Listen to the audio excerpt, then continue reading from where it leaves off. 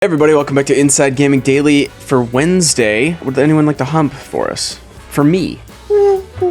Not humping. Brian's in the jack-off room. Oh my god. Here you go. Why don't you hump that? Nice. Yes. It's been a long wait for pricing and release date info for the next-gen consoles, but we finally got it, everybody. We got for one of them. One of them, yeah. Only 9 days into September. They're really jumping the gun on this. On time. After Sony and Microsoft have waited an inordinate amount of time to release important details about their next-gen consoles, Microsoft finally bit the bullet. They went first. They announced this morning that the Xbox Series X and its little brother, the less powerful and smaller, but still, you know what? Its mom still loves it. The Xbox Series S will release in just about 2 months, November 10th. It's crazy to think that's like 2 months away. Yeah, and that we haven't known this whole time. Yeah. Again, I think I said this on a daily recently that I looked up what it was like last time. It was like, was it this long before we knew the prices and release dates for the Xbox One and for the PS4? It was not. We also got prices. After some leaks over the weekend, Microsoft was sort of forced to announce yesterday that the Series S would retail for $299, but we now also know how much the Series X will cost, which people have obviously been hypothesizing about for a really long time.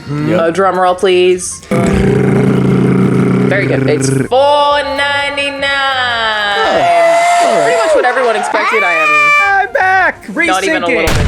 $4.99. I had to come running in when I heard that. Pre-orders start on September 22nd, and there's financing options for both consoles. In a letter posted to the Xbox website, Xbox boss Phil Spencer touted the power of the new console and said that for many of us, nothing is more inspiring than the dawn of a new console generation. Oh my God. Play the 2001 music. Next step in human evolution is here. The fog of war clears. A treaty is signed. A new console generation is upon us. To be Underpowered fair, PC. it means we can get better video games. My camera stopped hey, again. it's cool, but Sorry, I don't know what the fuck is up with this thing. We're gonna go lo-fi. Is for it the you made rest fun of it. Phil Spencer? Do you think that he heard you through the cloud? Oh, look, all the color is gone from my life. He added that they've been playing the Series X internally in a take-home program over there at Microsoft and said they are, quote, energized by the feedback we've been receiving. And we're sure as hell not going to tell you about the bad feedback. Yeah, So but don't- isn't that no, feedback they're hearing from other Microsoft employees? Yeah, Yes, for it people is. whose job it is to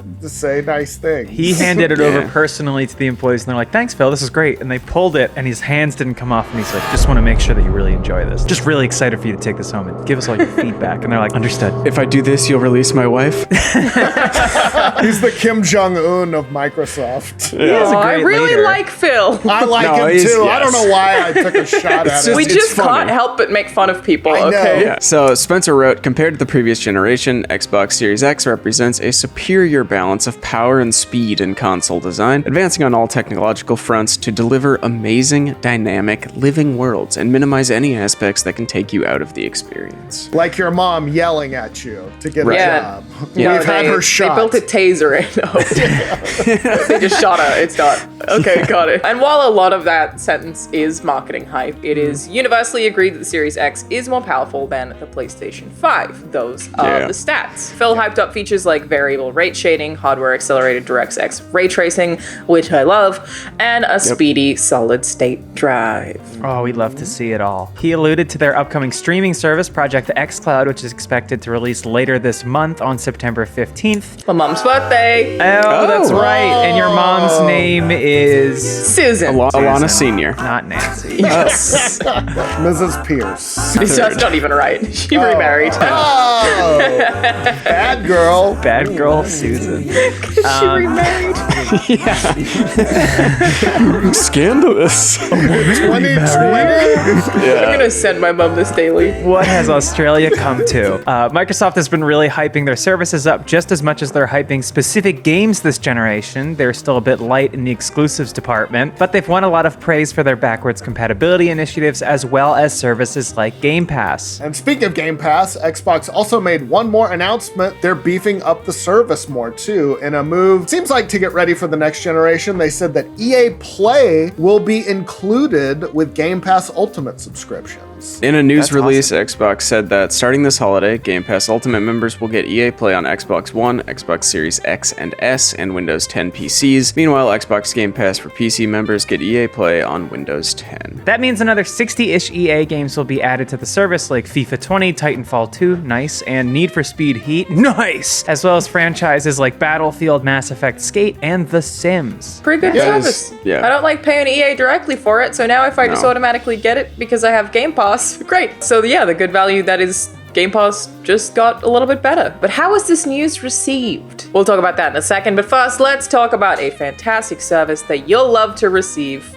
DoorDash. Today's episode of Inside Gaming Daily is brought to you by DoorDash. Between the never-ending laundry cycles and the incoming emails and the Zoom birthdays and checking on your island, you've got a lot on your to-do list, so why not worry about one less thing and let DoorDash take care of your next meal? Because you want Chinese food, and your roommate wants pizza, and everyone wants some frozen yogurt. Well, there's something for everybody on DoorDash, okay? That's what I'm trying to tell you. Continue supporting the restaurants in your community safely. There are thousands of restaurants open for delivery on DoorDash that need your patronage now more than ever, and you're hungry. So it's a win-win. Support your favorite restaurants on DoorDash, and you've counted on them. Now they're counting on you. So, while they may be closed, again, they're open on DoorDash for delivery, so you can still support those restaurants you love. DoorDash is the app that brings you the food you're craving whenever you want it, right to your door. Pad Thai, General Tso's chicken, carbonara, the foods I could name. I could go on. You just open the app, choose what you want to eat, and your food will be left safely outside of your door with the new contactless delivery drop-off setting. With over 300,000 partners in the US, Puerto Rico, Canada, and Australia, you can support your local go-tos. Or you know what? Choose your favorite national restaurant. Get Chipotle, get Wendy's, get the Cheesecake Factory, Panda Express. All of them. They're on DoorDash.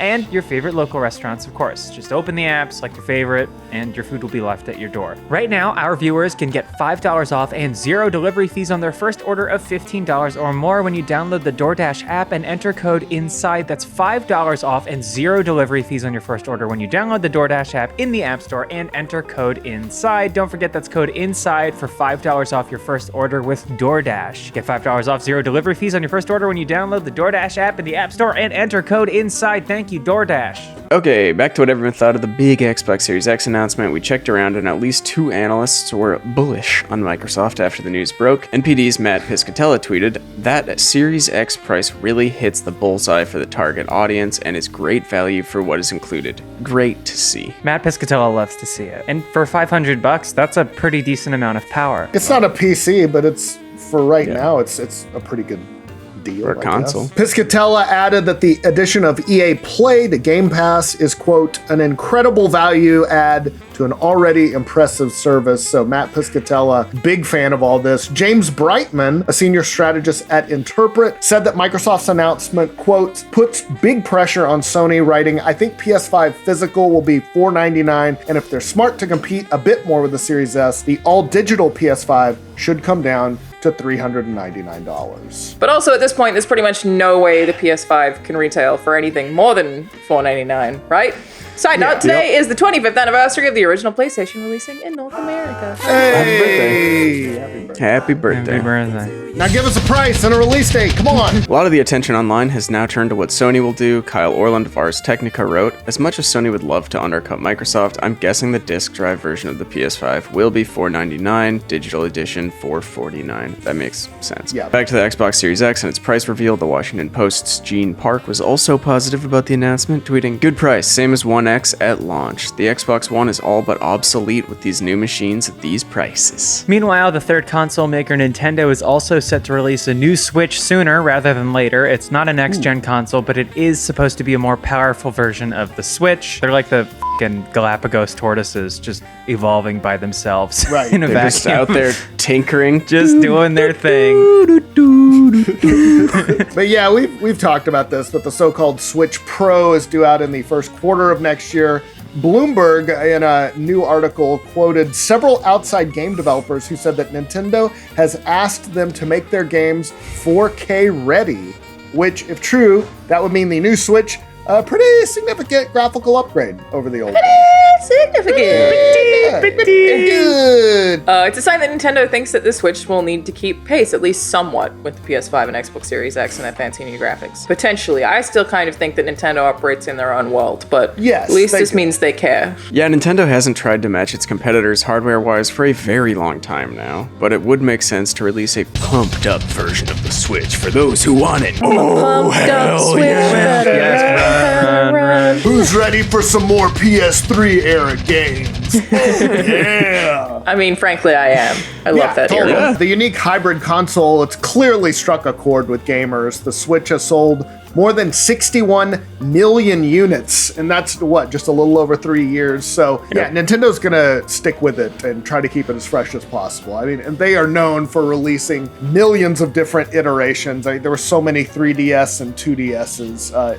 That feels like what they're gonna do with the Switch. Meanwhile, at the same time, Nintendo is ramping up production of its existing Switches too. The company has had trouble meeting demand during the pandemic, and in August, it increased production orders to 25 million units for the current fiscal year. But it wasn't enough, so Nintendo has now bumped its order up to 30 million units for the year. Switch is doing well out here. Doing well. As for Sony, well, we haven't gotten any official word from them yet on either pricing of the PS5 or its release date, but now that Microsoft has gone first, you wonder if that will affect Sony's strategy at all, or maybe a last-minute tweak of the price? Time will tell. I think these companies know their Buy me. prices Yep. for a really long time, and they don't adjust based on each other. You're right. Like for Sony, these prices are a big deal because it's like how much you make back. I mean, they might run at a slight loss, but I'm the one who wrote that speculation. But yeah, they're not just going to come in at the last minute and knock $50 off. $100. They're No. not selling. Yeah. They're not selling mattresses here.